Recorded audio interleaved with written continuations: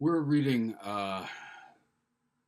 Edwards' book on free will, selections from that. Um, but I also included in this kind of packet of Edwards selections um, an essay on original sin, as well as uh, pretty short selections from a book called The Nature of True Virtue on ethics. All right, and I think we're really only going to be able to cover the material on free will in live Zoom sessions. I want to talk a little bit about original sin, however, because for one thing, it's hovering very much in the background of the free will debate. Uh, Even though Edwards is carrying on that debate at a high argumentative level that directly engages the philosophy of Locke and a number Samuel Clarke and a number of other contemporary philosophers contemporary with himself in England and especially Scotland. All right, so but there's definitely a theological vision hanging underneath it, and fundamental to his treatment of free will, which is a version of compatibilism, but which is also really, really narrows down the scope of human freedom as we might want to understand it, or as some philosophers and some theologians have understood it. Now, original sin really sounds like it's a tough doctrine to defend. And maybe in our period, I don't know what your religious background might be. It's not a terribly popular doctrine to defend, especially in these very strong forms that people like Edwards and the Puritans or Calvinists held it, or even in its origin in many ways in St. Augustine, some 1,500 years before Edwards. So it's a venerable doctrine. Whether it's actually found in the Bible or not, that's a matter of some dispute. Okay, it's pictured as Adam and Eve's fall in the garden. They're succumbing to temptation and eating the apple. Adam's sin, which on this doctrine polluted the whole human race, which seems terribly unfair to be held responsible for the sins of your ancestors like that. Like I say, many problems arise for it. Like, for example, why would God create creatures who are fundamentally flawed and able to fall, right? Likely to fall, will inevitably fall because God knows what's going to happen, right? It's predestined. Just like you're predestined for heaven or hell on Edwards' view, the fall of man was predestined. So what kind of God does that? That's the kind of question we have. And Edwards has many, many batteries of arguments for why this makes sense. But I mean, just to give you some, like the way he characterizes original sin, he does buy the whole Adam and Eve story as more than a metaphor, because you could treat it as a metaphor, right? Original sin could be identified with the doctrine maybe that we are fundamentally flawed in some way, morally flawed, okay, primarily. So, that could be, now Adam's fall could be a metaphor for that. Plenty of people try to read it that way, okay? Or it could be a literal, construed, and, probably Edwards does think about it this way, construed as a literal historical event that actually did pollute the whole line of human beings, the whole species. Okay. But actually, he's primarily concerned to defend it just in terms of, again, like this idea that we're fundamentally flawed. So anyway, this is on page 224 of our selection. I think these are as close as he gets to definitions of original sin, which of course would have been from a familiar concept to the audience reading him in 1750. All right, so he describes it as the innate sinful depravity of the heart. All right. Okay, so it's a feature not of your action, but of what you are. You are fundamentally flawed. If it makes you feel any better, so am I. In a way, even if you do many good actions, still he thinks that you can, and if you look within, he thinks you'll see this, that you have an innate depravity of the heart. You're innately selfish. You're innately self-deceived. These are things you can find out about yourself if you can face up to that. Because certainly none of us is infallible, all right? If you take sin to include not just doing wrong things, but, for example, having bad fantasies, right? Or wanting stuff you shouldn't want, lusting in your heart, to use a classical example. It's a condition of our heart, that is our personality. And if we look within, I think you can see this. Or he says, that is to be looked upon as the true tendency of the natural or innate disposition of man's heart, which appears to be its tendency when we consider themselves as they are in themselves, or in their own nature, without the interposition of divine grace. For the concomitant of the idea of original sin is that we cannot be saved by our own efforts. We cannot be saved by our own efforts, but only by God's arbitrary grace. That is, arbitrary as far as we can see, why God chooses to redeem some and not others. Thus, that state of man's nature, that disposition of mind, is to be looked upon as evil and pernicious, which, as it is in itself, tends to the extremely pernicious consequences, and would certainly end therein, were it not for the free mercy of God, if it were not for the free mercy of God interposing to prevent a total fall into sin. All right. Now, okay, so just to give you a couple flavor examples of the arguments. Okay, so one example is, okay, so maybe I do have some bad desires, and maybe I actually have done some stuff that I'm not proud of, or that, could be construed as sins, even deadly sins. Right? But man, I've tried to do a lot of good too, and the good outweighs the bad. I've done maybe someone could do 1,000 good actions and just do one wrong action. Wouldn't that be good enough to redeem you? And he thinks not. And he's got some really almost, in some ways, almost funny kinds of arguments against that. Okay, so for example, he says, like, okay, so you say you had a ship, and you knew it was going to sink on its way across the Atlantic. It's got a hole that's barely patched or whatever. It's never going to make it. And you argue that, let's set sail on it anyway, because it's going to spend more time on the water than sinking. Well, it doesn't matter how much time it spends on the water if it sinks and kills you, right?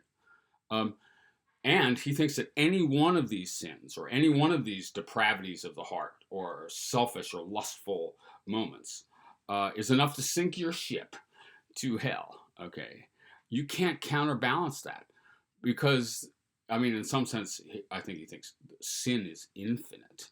Any sin deserves eternal hellfire. Boy, this really does appear to be a dark position, right? And plus, you can't not do it. You can't not be it.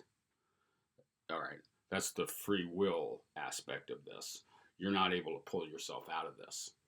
You're not actually able to do good just by deciding to do good.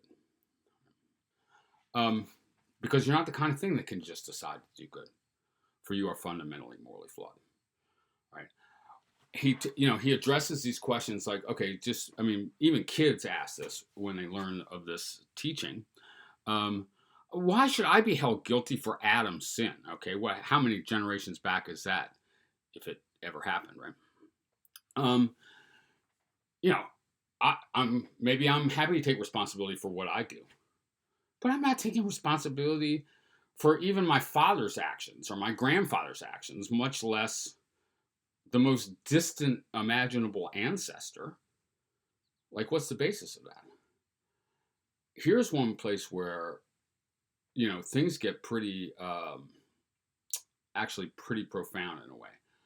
Because, now here, Edwards draws analogies to, he says this perfectly makes sense. If you have a polluted root, you have a diseased tree. Okay. Or, a feature that your ancestor does in fact pass on to you, even say in DNA-wise in the kind of modern genetics sense. It's not crazy to think we inherit fundamental features of our constitution in common with all of our species, right? That doesn't seem crazy. In fact, we all believe that, I think. You know what I mean? We have all kinds of genetic predispositions as a species that are, pretty much species-wide, and that, probably originated in our very distant ancestors, even on a, theory of evolution standpoint. But the thing is, one thing that's at stake is individualism and collectivism. Edwards, I think, is one thing he's responding to is very individualistic interpretations of Protestantism. For example, we're going to see Anne Hutchinson. This is 100 years before Edwards, but she's dealing with the Puritan theocracy in the Massachusetts Bay Colony. And they tell her, look, you're not permitted to preach, for one thing, because you're a woman. And you've been preaching. Recant now. Beg our forgiveness. Stop doing it. And we'll discipline you in some fairly mild way, perhaps. All right? And what Anne Hutchinson said is, you and your church can't tell me how to conduct my relationship with God. This is between me, the individual, and God. And that's a certain interpretation of like Luther's Reformation, the priesthood of all believers. She takes herself to be a priest as much as John Winthrop, the theocrat in the Massachusetts Bay Colony, right? The people who run the church. She's got her own relation to God. She answers to no human authority, period. Well, you can't have that if that's called antinomianism, against the lawism. You can't have that if you're Jonathan Edwards. But maybe the profound or decent or interesting point is that we have to be conceived as a single entity like a tree, not as, discrete atomic individuals kind of bouncing off each other or something like that. Right? And this represents a fundamental dimension of political debate, maybe from the ancient world to the present, individualism versus collectivism. And in a certain way, Edwards is endorsing the collectivism of the whole species. And also, he would endorse collectivism of various kinds within the church as well.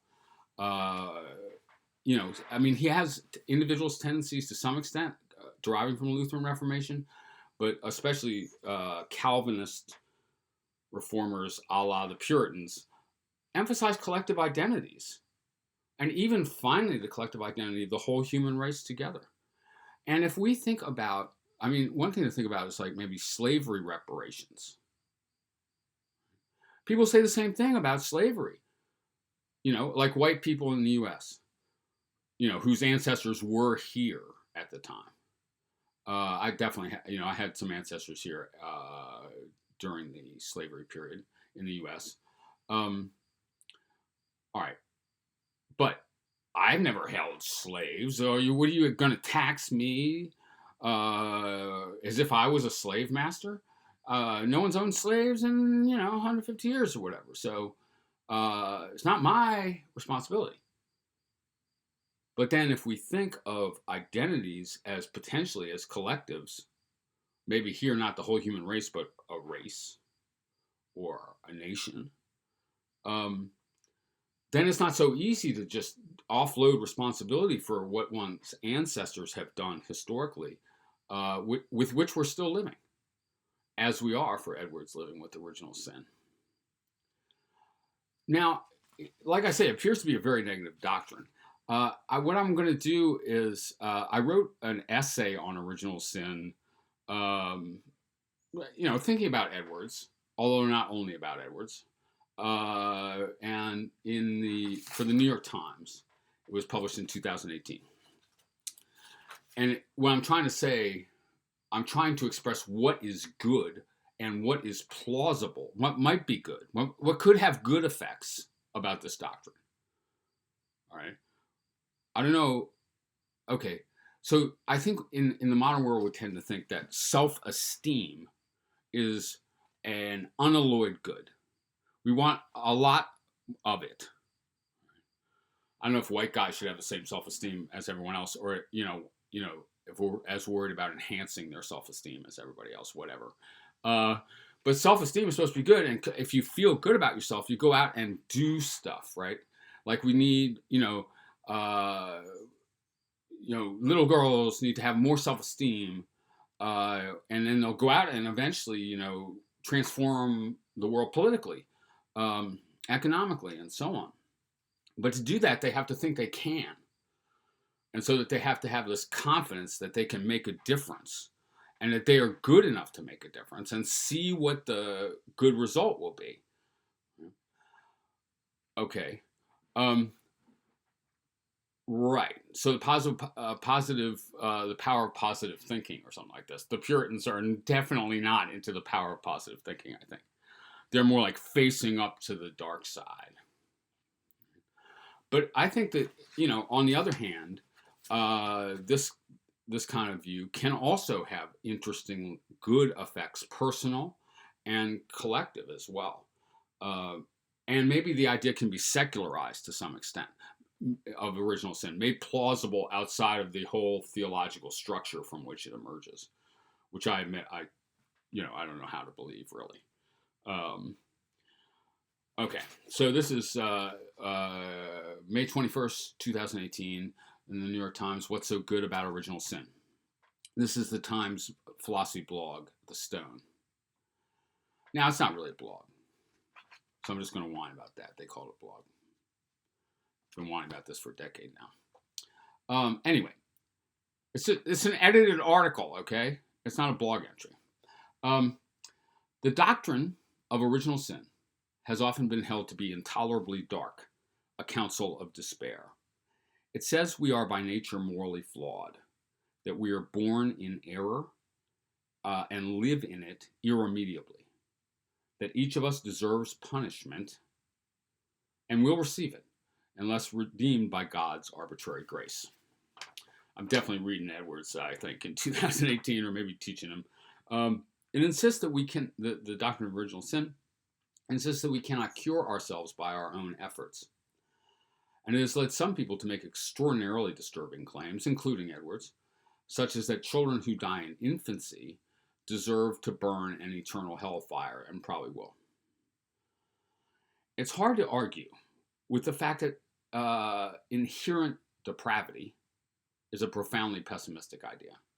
and one with potentially bad effects. A rejection of the idea of original sin, or someone who rejects the idea of original sin, might, like the whole American tradition after this, all right? Ask Emerson what he thinks about original sin. Or, one reason that I'm emphasizing Edwards so heavy at the start is because so much of the American tradition, I think, in philosophy and even in the political realm and stuff like this, arises by from rejection of stuff like this, including maybe the individualism of the Constitution, which is a kind of more genteel individualism than we get in Anne Hutchinson, but still does not really emphasize collective identities, but individual rights and claims. Someone who rejects the idea of original sin might argue that if we believe we can be good and do good by our own efforts, we are likely to strive to. If we believe we are intrinsically evil, it follows, we will cease trying to make ourselves in the world better.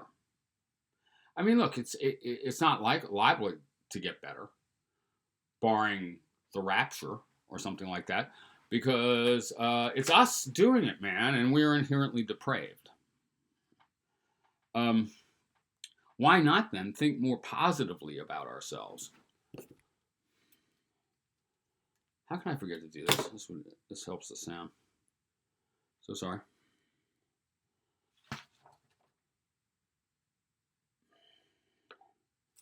Okay. Why not then think more positively about ourselves and believe in the possibility of human goodness and our potential for improvement right here in this world?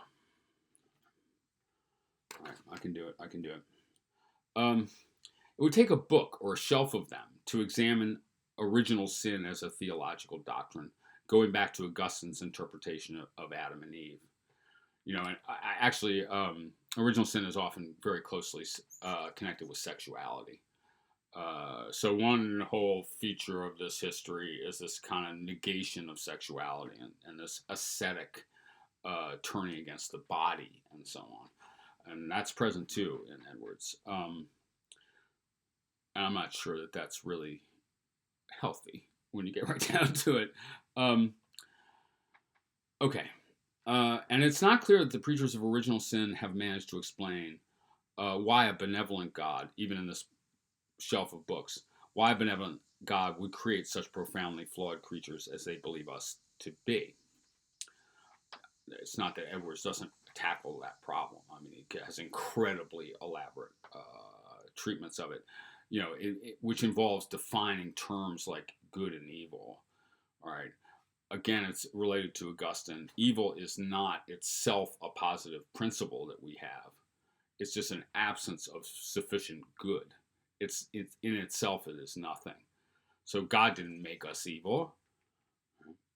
And also he gives like this picture of human beings as two things. I mean, this kind of dualistic picture: an animal and a mortal soul. At once living in nature and in God's spiritual realm. And our fate kind of depends on how we balance those things. The source of the temptation it's inherent in the idea of a physical universe at all, like a natural universe. I don't know, but I'm not saying I'm satisfied with answers like that on this one about why God would create depraved creatures, intrinsically depraved creatures by his own standards. And if you don't believe in God at all, or not in that sort of God, the whole line of argument seems to be moot. Despite all of that, I would like to entertain the notion that a secularized conception of original sin is plausible, and that believing it might have good effects. In short, perhaps it's time for a new Puritanism, though with fewer witch trials this time around. I don't know, we're rolling the witch trials right now, though. When I look within, I see certain extreme failings. I'm looking at myself right now in the camera. I don't know why I'm smiling, because I'm quite serious about that. I see certain extreme failings. I've not been able to get rid, and I could choke my way through a whole confession or something like that, but I don't think I'm going to do that right here. Okay. I have not been able to get rid of most of them by my own efforts, and I have accumulated others as I've gone along. Perhaps you've done better, but most of us certainly come up short of our own ideals. Ones I hope most people, religious or not, generally share. To be generous, peaceful, energetic in helping others, and hesitant to help ourselves at their expense. To take care of the world we inhabit. To not only not kill one another, or even think about it, killing one another, but to love one another. Even by our own mortal standards, we are profoundly flawed. I don't think it's strange to say, every one of us. To complicate matters further, action undertaken for apparently good motives, you might have noticed this, can often yield unintended harmful consequences outweighing any possible good effects. We can intend, at best, only a tiny proportion of the effects of our own actions. In trying to make the world an excellent place for human beings to live by developing and applying ingenious technologies, for example, we may wind up rendering the world uninhabitable. Or in trying to keep ourselves safe and secure by stockpiling defensive weaponry, we may annihilate life on Earth. We have good purposes. And maybe this is a sign of our intrinsic flawedness. Not only can't we see the consequences of our actions, our actions seem to be infested with just the kind of internal depravity or just bad effects that Edwards locates in our hearts. No human action, purely creates the good at which it allegedly aims. It creates all kinds of effects. And if it's sort of a broad scale action, it also creates bad effects.